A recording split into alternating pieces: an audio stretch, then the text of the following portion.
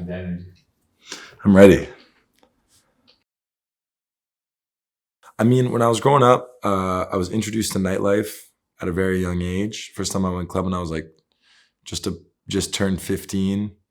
And by the time like later that year, it was a different time. The city was still, the nightlife scene was a little bit different than it is right now. And I just became obsessed with it, man. I loved the action. I loved the way people dressed. I loved the cool guy, the pretty girl, the slick talking bartender, the great music. And like, I was born downtown, but I grew up in the West Island, like the suburbs out there. And man, when I first saw nightlife, I was like, give me more of this. And before I was in grade 11, I started working in clubs. When I got into fashion, I started my own line when I was like 18 or 19. I did like Montreal Fashion Week, like not to knock anybody that was there, but I thought it was probably a bigger deal than it was back then. And we got a lot of good accolades, not many sales, but some good accolades. And I was just able to, like, for fashion too, especially at that time in Montreal, there were obviously some of the like OG stores and stuff, but like it was also like the introduction of like the hype beast and like high snobiety. Like that shit started kind of rolling out.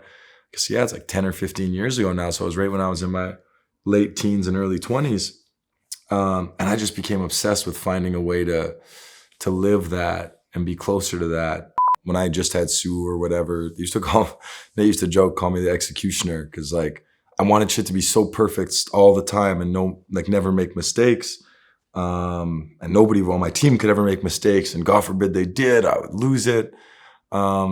But you alienate people that way, and you lose good talent, and you lose even good friends, and all kinds of repercussions of being a bad leader, And I got really lucky where I got put into a leadership role, arguably far earlier than maybe I should have been. So I've had the chance. I'm still pretty young. At least I tell myself that. So to be 32 and be in a position I am.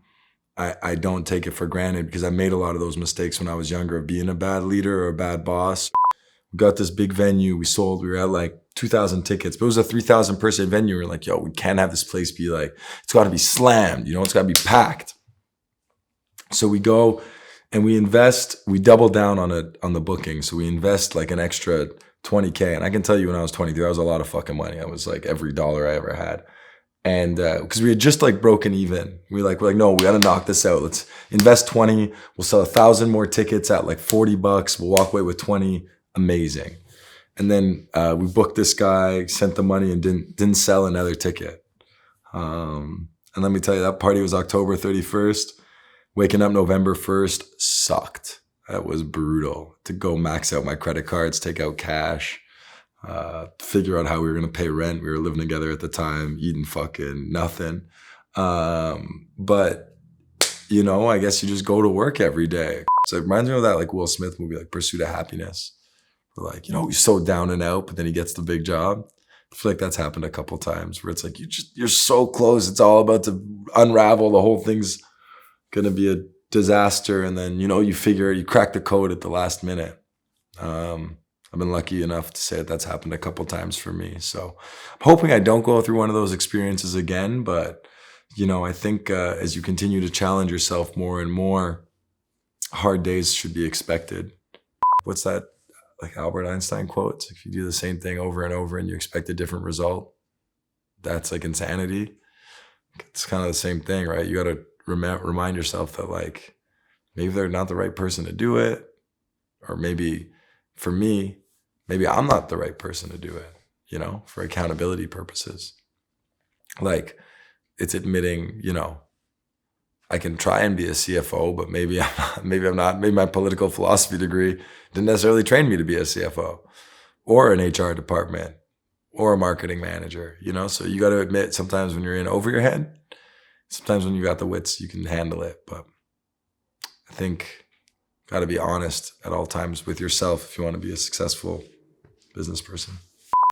I want what I want. I want all that other stuff that doesn't come with the corporate world. I want to be able to choose when I go on vacation and how late I stay out at night, and want to pick what I'm working on no matter what, you know? I don't want to get told what to do by some suit who hasn't lived the way that, you know, hasn't seen the shit that we've seen or had the chance to really fully, because, you know, when you grow up, again, I'm not trying to knock on corporate people because they do great work. Big budgets, big projects, whatever. There's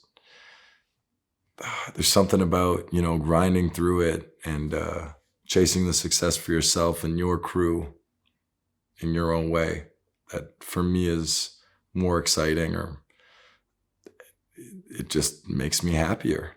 And at the end of the day, if what you're doing doesn't make you happy, why are you doing it? When fun is your job, it's hard to have fun.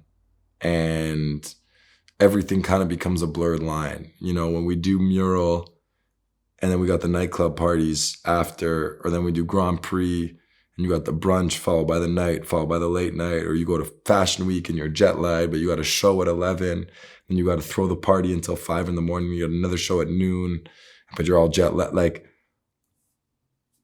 I call that a bender, but I'm being self-deprecating. So as I get older and I physically feel it much more than I used to, it happened about 2 years ago. I looked at myself in the mirror. I didn't like the way I looked. I didn't like the way I felt. Started taking care of my mental health first. Started meditating and reading more, and then started working out more. And I really started to like the way that felt. I had a lot of negative mental health tendencies. I validated a lot of my relationships with what I could give, and everything felt very transactional. And, you know, the wake-up call of all of a sudden, when for 15 years you were able to give everything to everyone, and, you know, I convinced myself a lot that was like the reason why people liked me, or, you know, subconsciously. To then lose everything, you have to teach yourself about your self-worth again. And also then, like, you know, we lost, like, obviously my income was affected by that as well, you know, and we've done well for ourselves, but I don't know if 2 years without making any revenue is exactly good for anybody's financial situation.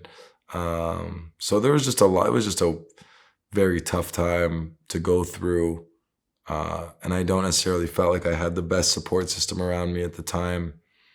I didn't want to worry about anything other than making up lost time and going and chase that success that I felt the pandemic kind of held us back from for a couple of years. But, you know, it worked out for the best, because now we're coming back at it more mature, stronger, tighter. And I think there's more, you know, a little bit more excitement and buzz. People are like, oh shit, these guys are still doing it. And we are, and we will. So I'm not, you know, you got to look at every bad experience as a learning opportunity and then just get back on that horse. I met people who live a completely different lifestyle than the way I did growing up. And I mean really different. I'm not talking about their parents have 4 cars instead of 1 or 2. I'm talking like, yeah, they got a PJ that their dad owns that they can just take places, or they got houses all over the place, or, you know, they can go to whatever school they want because they got the money to go to whatever school they want, or play any, you know, state-of-the-art this or that, whatever, you know? And then you meet these people, or even better, you meet their, you know, their parents, or you meet people that are 10 years older than you that are wildly successful. And I met them. Again, I was lucky. I met them probably in my mid to late 20s when I started kind of really meeting people who were living a completely different lifestyle than what I was used to. And I didn't feel like they were that much smarter than me, you know? So when I say I want to get it, me and Nate joke about this all the time, that finish line keeps moving. But I think it is just a level where I can just do whatever I want, whenever I want, and however I want. If I want it, I can go get it. It's not like there's a dollar amount that'll be in my bank account or a thing that I can have. I think you know it when you get there, when you've gotten what you really want, but I don't know exactly what that is yet. I just know that it's more of it. I think what we want, or what I want, is I want all the brands that we have to be independently, well, in the kind of universe that we have at St. Wood's, an apartment, and all the ancillary businesses that come with it. I want those to be the biggest brands they can be. Truly, like I want an apartment 200 in every major market. I want the clothing in all the best stores. I want the vodka everywhere. And we'll see where that takes us, but that's the goal right now. When a nightclub opens up, I think a lot of people can imagine like, oh, it must be hard to open up a bar or a restaurant. Yeah, like it is really hard to open up a bar or restaurant, but what's even harder is to keep that bar and restaurant running for 10 years. Apartment or RUE Montreal, 9 years, whatever. Same thing with like clothing. It's like, wow, it must be great to get them that retailer. Like it is, but hitting that second delivery window is better than hitting the first one. And that goes for, I think, every business, So maybe it's that, as an entrepreneur, we have so many different trials and tribulations for each one of these different babies of ours. But it's hard to take time to celebrate too much. Gotta get back to it. I've started framing personal time a little bit better. Like I play golf with my dad on Monday nights in the summer, just because I think, enjoy your time with the old man. Same thing with like, I take my mom to the museum sometimes, or like I said, we have a bowling league on Tuesdays in the winter with some of the boys. So when I'm in town, I go, and I do travel a lot for work and stuff, but most of the people in my life are pretty understanding of the lifestyle I'm living. So they put up with it, they're supportive of it, and they let me kind of float in and out. Maybe they'll have an extra person on the team or whatever. But no, I've started framing more personal time. Every day there's something to get done, but still take some time. You gotta enjoy your life still, I just think, I'm not trying to sound like somebody who's working all the time, because I'm not. I do take time to enjoy myself. It's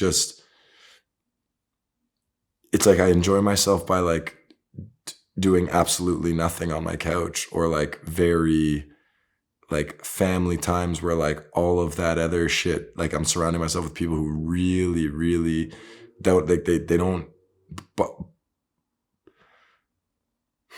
they're not as interested in what I do as I am, thankfully. So they can just kind of look at me as Zach, and I'm able to, just be myself and not have to worry about the game too much. The game, you know what I mean? Like when I was growing up, I wasn't friends like I am now with all the other bar and restaurant owners in the city. And now we're like literally like family. Like I'm not only able to just have fun with those guys, I'm able to use them as confidants. And the fashion game in Montreal, I think, at least for me, for the most part, has been a very supportive situation. But there's always moments, where it can be trying, or you can feel like, that kind of looks like the shit we're doing, or like, hey, that kind of feel, yeah, whatever. But the truth is like, it's not a zero-sum game. And I think, especially if we're going to talk about for Montreal, we need to work together as a city. And like, it's important that all of us succeed. So the city keeps succeeding, and that the kids younger than us and the next generation, and hopefully the generation after that, can build off the legacies that we set for them, I always love coming back to Montreal, because like, even though me and 10 other people here have clothing brands that do pretty well for themselves, or, we have like the highest percentage of bars and restaurants in North America, even more per capita than New York for our population.